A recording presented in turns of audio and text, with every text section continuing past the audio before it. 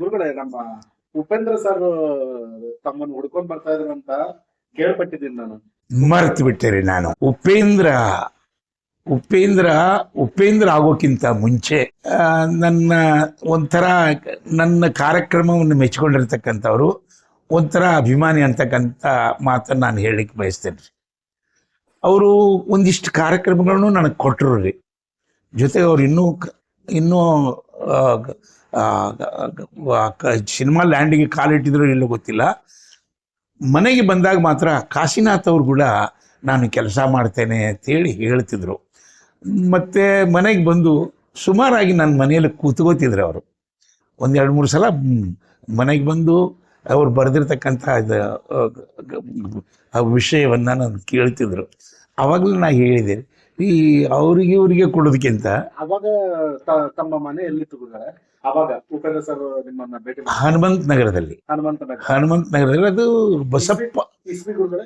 Basappa layout. ಅದು 84ರಿಂದ 80 ಇಲ್ಲ 85 86 ಕಾಣುತ್ತೆ ರೀ, ಹೆಚ್ಚಾಗಿರ್ಬೇಕು ಗೊತ್ತಿಲ್ಲ.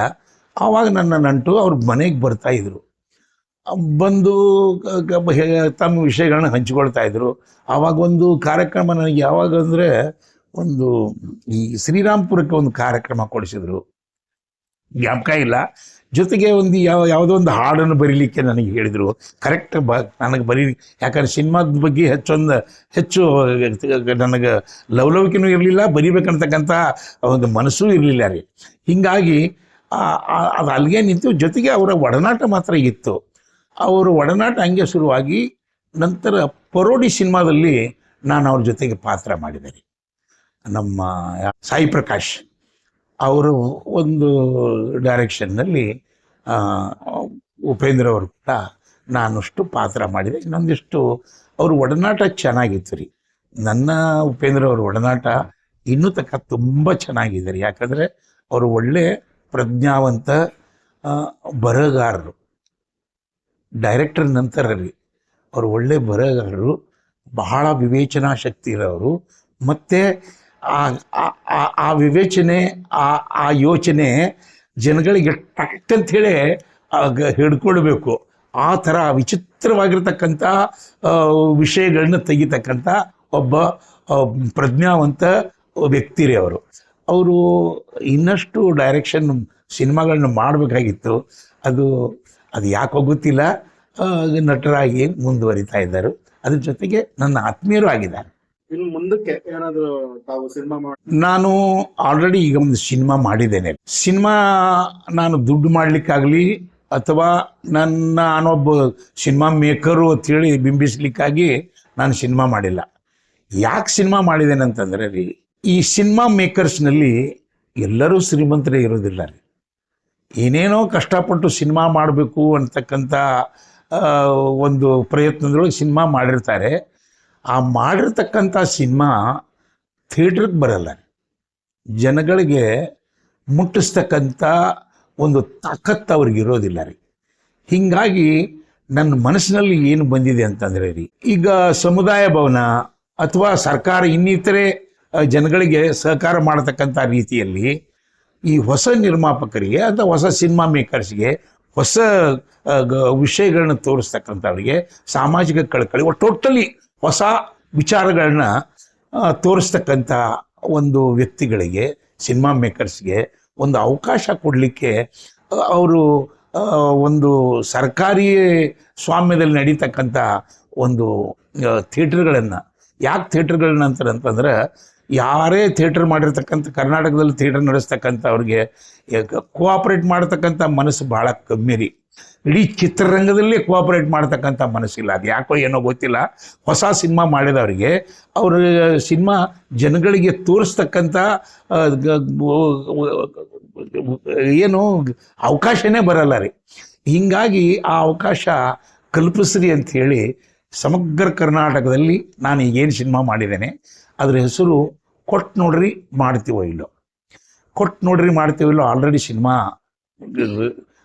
ಮುಗಿದು 2022ರಲ್ಲಿ ಸೆನ್ಸಾರ್ ಆಗಿದೆ ರೀ. ಅದನ್ನು ನಾನು ಮನೆ ಅಂದರೆ ಪ್ರತಿ ಊರಿನ ಪ್ರತಿ ಗಲ್ಲಿಯಲ್ಲಿ ಈ ಏನು ಹಾಕಿದ ಪ್ರೊಜೆಕ್ಟರ್ನ ಹಾಕಿ ಮನೆ ತೋರಿಸ್ಬೇಕು ಅಂತ ಹೊರಟಿದ್ದೇನೆ ರೀ. ಆ ಕಾರಣ ಏನಂತಂದರೆ ಎಲ್ಲೆಲ್ಲಿ ಯಾರ್ಯಾರು ಸಿನಿಮಾ ನೋಡ್ತಾರೋ ಅವರಿಂದ ದುಡ್ಡಿಗಾಗಿ ಅಲ್ಲ, ಒಂದು ಸಿಗ್ನೇಚರು ಪ್ರಜ್ಞಾವಂತರಿದ್ರೆ ಶಿಫಾರಸು ಪತ್ರ ಯಾರು ನಾನು ವಿನಂತಿ ಪತ್ರವನ್ನು ಕೊಡ್ಲಿಕ್ಕೆ ಹೋಗ್ತಾನೋ ಅವಾಗ ಯಾರು CM ಇರ್ತಾರೋ ಅವರಿಗೆ ಒಂದಿಷ್ಟು ಸಹಿ ಸಂಗ್ರಹ ಮಾಡಿ ಕೊಡಬೇಕು ಅಂತೇಳಿ ಹೊರಟಿದ್ದೇನೆ ರೀ.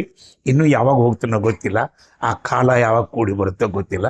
ಅದನ್ನು ಭಗವಂತನೇ ನನಗೆ ಕಾರ್ಯರೂಪಕ್ಕೆ ತರುವಂಥ ಶಕ್ತಿ ಕೊಡಬೇಕು. ತಮ್ಗೆ ಈ ತೆಲುಗು ಇಲ್ಲ ತಮಿಳು ಸಿನಿಮಾ ಆ ಕಡೆಯಿಂದ ಎಲ್ಲ ತಮ್ಗೆ ಆಫರ್ ಏನಾದ್ರು ಬಂದಿತ್ತಾ?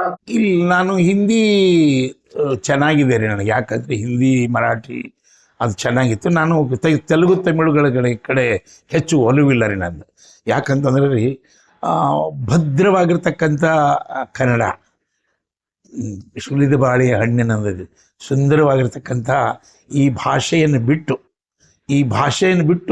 ಯಾವುದೇ ಭಾಷೆಯಲ್ಲಿ ನಾನು ಹಾಡ ಮಾಡಬೇಕು ಅಥವಾ ಹಾಡುಗಳನ್ನ ಹಾಡಬೇಕು ಅಥವಾ ಸಿನಿಮಾ ಮಾಡಬೇಕಂತಕ್ಕಂಥ ಮನಸ್ಸಿನವನ ಅಲ್ಲ ರೀ. ಹೀಗಾಗಿ ನನ್ನ ಭಾಷೆಯನ್ನೇ, ಕನ್ನಡವನ್ನೇ ಹೆಚ್ಚು ಬೆಳೆಸಿ ಹೆಚ್ಚು ಅದಕ್ಕೆ ಶಕ್ತಿ ತುಂಬಬೇಕು ಅಂತಕ್ಕಂಥ ವ್ಯಕ್ತಿ ನಾನು. ಹೀಗಾಗಿ ನಾನು ಕರ್ನಾಟಕದ ಕಲಿತಕ್ಕಂಥ ಮಕ್ಕಳಿಗೆ ಈ ಪಾಠದಲ್ಲಿ ಬರ್ತಕ್ಕಂಥ ಪದ್ಯಗಳಿಗೆ ಸಂಗೀತವನ್ನು ಅಳವಡಿಸಿ, ಅಂದರೆ 1ರಿಂದ 10ನೇ ಕ್ಲಾಸಿನವರೆಗೆ ಬರ್ತಕ್ಕಂಥ ಪಾಠದ ಪದ್ಯಗಳಿಗೆ ಸಂಗೀತ ನೀಡಿ ಸುಮಾರು ಅದರ ಹೆಸರು ಪದ್ಯ ಸಂಗಾತಿ ಅಂತೇಳಿ ಒಂದು 10 ವಾಲ್ಯೂಮ್ ಕ್ಯಾಸೆಟ್ ತೆಗೆದಿದ್ದಾರೆ. ಒಂದು 35-40 ಸಾವಿರ ವಿದ್ಯಾರ್ಥಿಗಳಿಗೆ ಫ್ರೀ ಆಗಿ ಹಂಚಿರ್ತಕ್ಕಂಥ ವ್ಯಕ್ತಿ. ಹೀಗಾಗಿ ಕನ್ನಡದ ಕಾಯಕ ಎಷ್ಟು ಮಾಡಿದರೂ ಕಮ್ಮಿ. ಅದರಲ್ಲಿ ನಂದು ಅಳಿಲ ಸೇವೆ ಅಂತೇಳಿ ಆವಾಗ ಕನ್ನಡ ಬೆಳೆಸಲಿಕ್ಕೆ, ಕನ್ನಡ ಉಳಿಸಲಿಕ್ಕೆ ಮಾಡಿರ್ತಕ್ಕಂಥ ಕೆಲಸ ಇನ್ನೂ ತನಕ ನಡೀತಾ ಇದೆ. ಈ ಕನ್ನಡದ ಜೊತೆಗೆ ನಂದು ಜನಪದ ಕಾಯಕ, ಈ ಜನಪದ ಬೆಳೆಸಲಿಕ್ಕೆ, ಜನಪದ ಉಳಿಸಲಿಕ್ಕೆ ಹೊರಟಿರ್ತಕ್ಕಂಥ ಮನುಷ್ಯ ನಾನು. ನಿಮ್ಮ ರೋಜಿ ಯೂಟ್ಯೂಬ್ ಚಾನಲ್ಗೆ ನನ್ನ ಅನಂತ ಹೃತ್ಪೂರ್ವಕ ಧನ್ಯವಾದಗಳು. ನಮಸ್ಕಾರ.